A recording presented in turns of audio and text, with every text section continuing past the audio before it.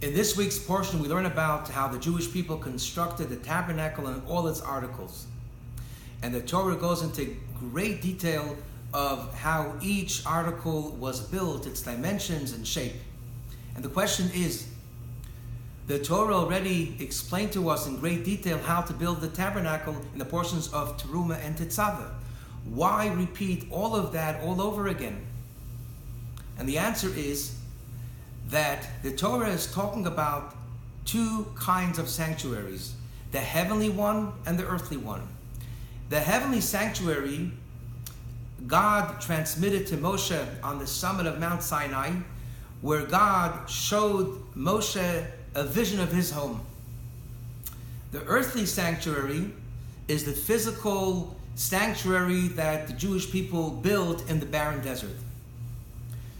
Now, these two sanctuaries reflect the two lives that most of us deal with: the dream life and the real life. In our dream imagination, we envision a life full of harmony, a perfect, loving marriage, nachas from our children, a successful career, and a life filled with holiness and integrity. But in our real concrete life, it doesn't usually happen. We have many challenges, struggles, and setbacks. Yet, in which sanctuary did God choose to dwell? Says the Torah, not in the heavenly one, but in the lower physical sanctuary that was built by incomplete people.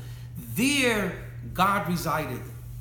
And this is a very powerful message for us, that where does God reside?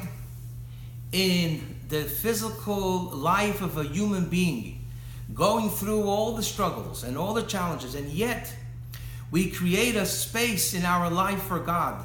We bring holiness and goodness in a dark world.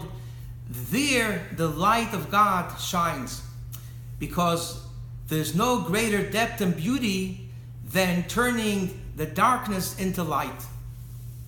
And so when God sees a human being doing a godly mitzvah or helping someone in need, God turns to the heavenly angels and says, "Have you ever seen anything more beautiful than that?"